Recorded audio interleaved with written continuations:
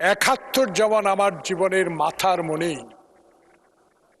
17 বছর কষ্টের পর বাংলাদেশ জাতীয়তাবাদী দলের নেতৃত্বে জুলাই আগস্ট বিপ্লবের যে জুলাই জাতীয় সনদ, সেটাও আমাদের মাথার মনে। সদস্য, আপনি একজন অভিজ্ঞ সংসদ সদস্য, এই পর্যায়ে আপনি কেবল নোটিশটি পড়তে পারেন। নোটিশটি পড়েন, পরে বক্তব্য দেওয়ার সুযোগ জুলাই জাতীয় সনদ 2025। নোটিশটি পড়ুন।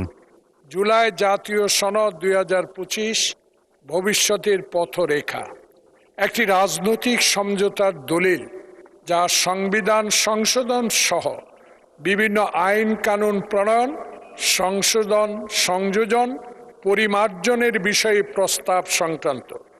সেই কারণে উক্ত জুলাই জাতীয় সনদ 2025-এর বাস্তবায়ন পদ্ধতি কি হবে সেই বিষয়ে সংসদ মুলতবি রেখে আলোচনা করার জন্য আমি 62 বিধি আপনার মাধ্যমে উপস্থাপন করছি। আপনাকে ধন্যবাদ। ধন্যবাদ মাননীয় সদস্য।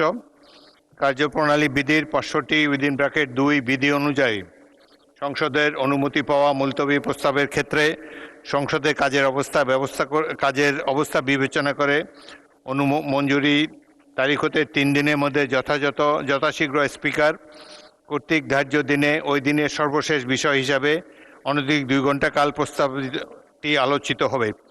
সেই হিসাবে আমি আগামী 5 এপ্রিল 2026 তারিখ রোজ রবিবার দিনের সর্বশেষ বিষয় হিসাবে 2 ঘণ্টা কাল মাননীয় সদস্য জনাব জয়নুল আবেদিন ফারুকের এই মুলতবি প্রস্তাবটি আলোচনার জন্য সময় নির্ধারণ করছি। এই প্রসঙ্গে এটিও একটু বলতে চাই, বাংলাদেশের সংসদীয় ইতিহাসে 53 বছরের ইতিহাসে এই প্রথমবারের মতো ট্রেজারি বেঞ্চের একজন সদস্য মুলতবি প্রস্তাব এনেছেন। যাই হোক, 5 তারিখে এটি নিয়ে আমরা বিবেচনা করব।